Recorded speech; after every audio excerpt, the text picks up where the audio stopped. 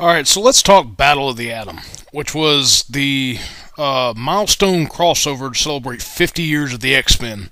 And this was going to be the big Marvel Now event that really encapsulated that, and it's going to do something to irrevocably change the course of the X-Men from this point on.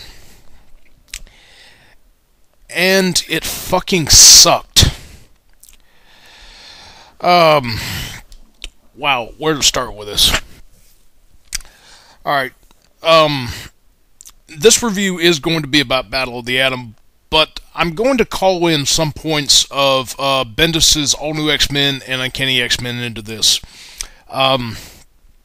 This is a 10-chapter issue with 2 issues apiece of All-New, Uncanny, Wolverine and the X-Men, and then the Adjectiveless X-Men by Brian Wood. For the majority of this review, or let's say hell, all the review is really going to focus on Bendis, because he does write the majority of this. The only thing that I'm going to grant to the other 2 titles that make this up is that I really enjoy Wolverine and the X-Men. The 2 issues that are written here by Aaron are continuing the story, and they do a really good job of imitating Bendis' style of dialogue and carrying on the story. Brian Wood does an equally good job of this. I haven't really read, outside of these 2 issues that go into this crossover, I haven't read any of Adjectiveless X-Men. The only thing that I took away from that was probably the biggest surprise of this entire crossover was that I found out that Jubilee has an adopted son now. There's a nice little moment with her. Not the most exciting thing that I've seen done with the character in a while, but it's a much better step for a character that we don't really see a lot of now. Let's see. This event really pissed me off badly. Basically, this event right here is Bendis' way of rehashing everything that's happened in All New X-Men and Uncanny X-Men, and just redoing a lot of things that have been going on since Schism. Hell, in fact, this event is kind of advertised as an overglorified jumping-on point, and even in that regard, it fails. As for the people who enjoyed this event, I envy you for that, but the only way that I'm going to say that people enjoyed this is if they probably don't read a lot of the X-Men, or could be new readers, or for the fact that they've maybe been reading X-Men, you know, about 5 years or less. And I'm not really going to hold that against them, but just for the people who don't enjoy this event, and the majority of them being longtime X-Men fans, I'm in that particular camp.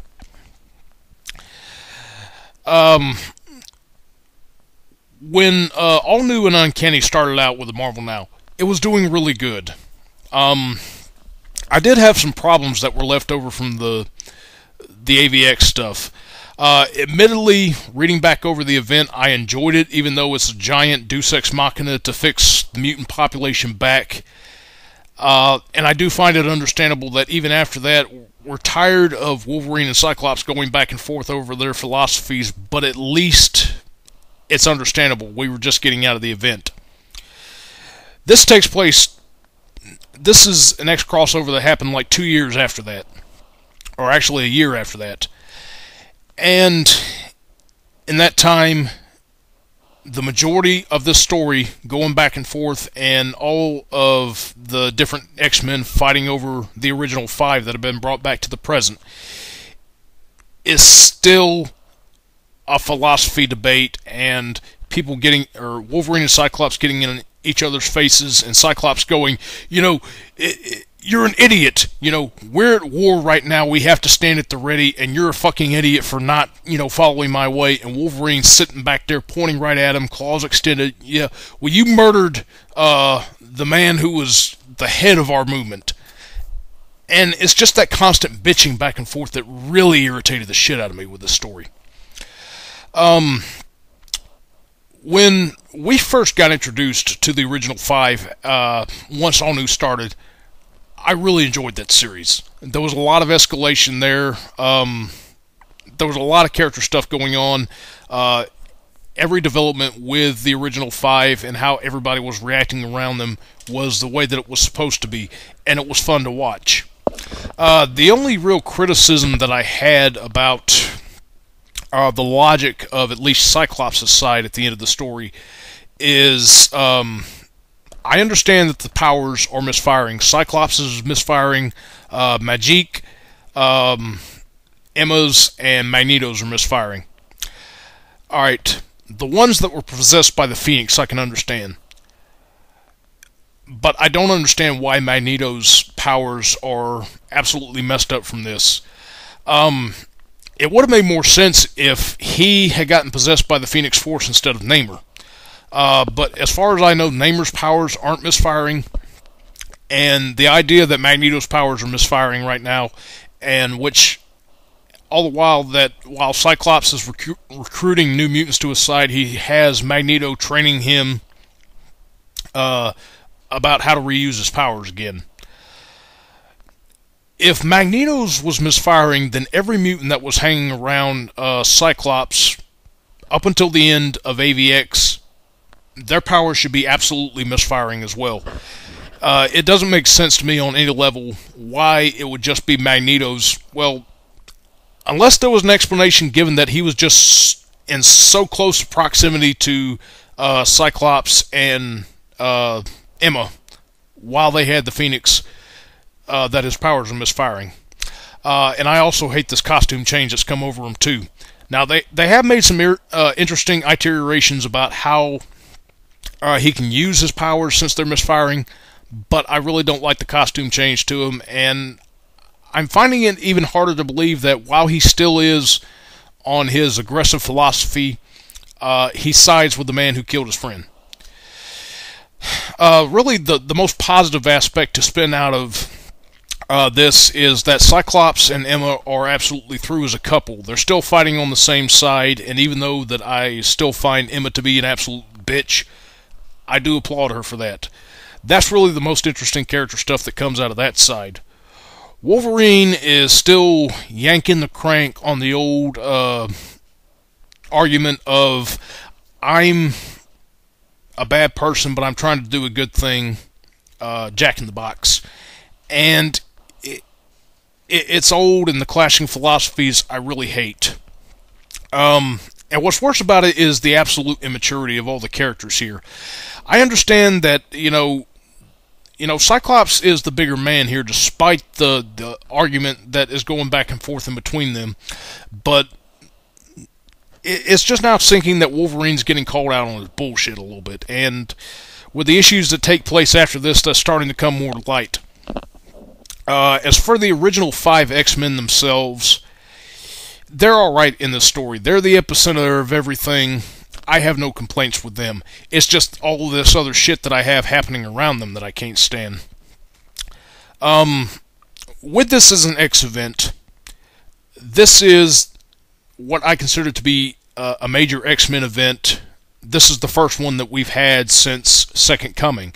Now, you could argue AVX, but I'm talking about events that are strictly to the X-Men, and this is the first one that we've had since Second Coming.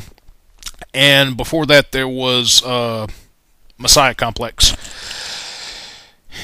In that regard, I'm a little upset that this is yet another chase story.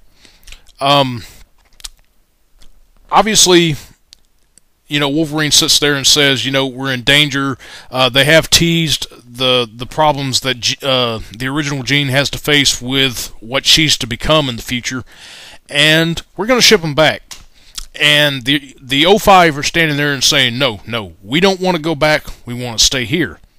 Wolverine says, fuck you, you're going back.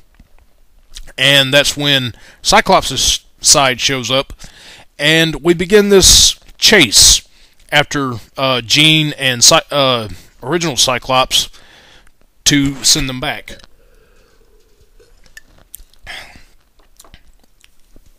We get halfway into a 10-chapter story before we get any indication of a villain in this story.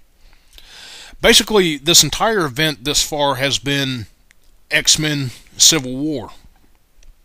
Much more so than Schism. And in fact, hell, this is a bad epic sequel to Schism.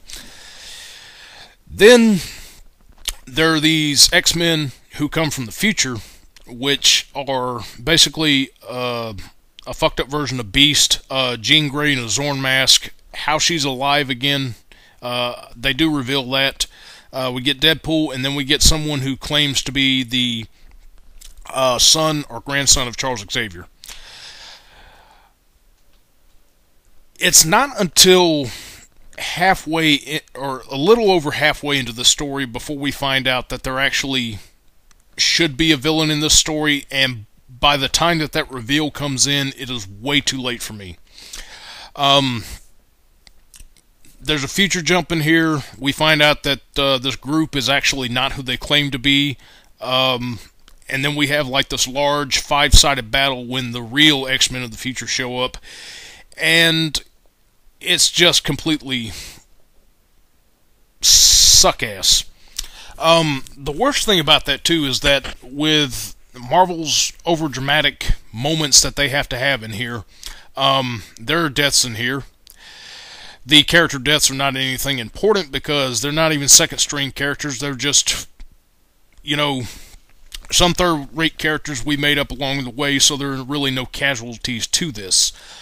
Really, the only thing that changes in this story, and in the most contrived fashion, is the fact that the O5 who were just hanging around Wolverine, they go over to Cyclops, and they take Kitty Pryde with them. That's the big change of this story. Nothing really significant happens, and that I absolutely hated about this. And what's worse about this, too, because I've tried continuing to read both of Bendis' books after this event. Now, Uncanny has still been pretty good. But after this event happened, All New X-Men just took a major nosedive in quality to me.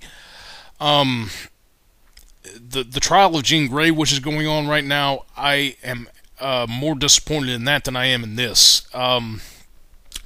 Bendis has, at least with this, and I can tell you on ahead with the trial of Jean Grey, which they have All New X-Men crossing over with Guardians of the Galaxy. If your title of a story is going to be something that is to be happening, say in the case of Trial of Jean Grey, that's a 6-issue story arc, which is a little over halfway into the story before the actual trial happens. This is really disappointing as a story in general. It's regurgitating everything that we already know. And what's worse about this, too, is as far as it being an X event, say like, you know, with some of the other Marvel events that they do, you can at least come on. You don't have to know the story of everything that's going, but you can have a nice self-contained story and, you know, just get to the end of it. This is a mid-season finale that you need to be involved with before you can absolutely enjoy it. And really, as it stands with the rest of Bendis' run on the X-Books, this is really going to need to be a story that has to sit for a while, and its merit of good will depend largely upon the quality of Bendis' run on those stories from here on out. As it stands right now, this is not a good story by any stretch. It's just a terrible rehashing of characters. It's the same fucking argument every issue, which just gets nothing accomplished. And even by the way, too, there's kind of this point built in about S.H.I.E.L.D. and them bringing the Sentinels back into this. That's just kind of a background piece to it, and is more just set up for what happens in the later issues. The bottom line with this story is, I'd say avoid it right now. Maybe wait a while, maybe another 6 months or a year to see how the additional issues that follow this will hold up this story. If you're a person who's looking to get into the X-Men right now, do not pick this event. This is really not a good place to start. If you're a long-time fan of the X-Men, you probably will not enjoy this. The changes you might could stand, but just the way that it rehashes everything that has been done before this from the previous year, it does not stand good on it. So I would absolutely recommend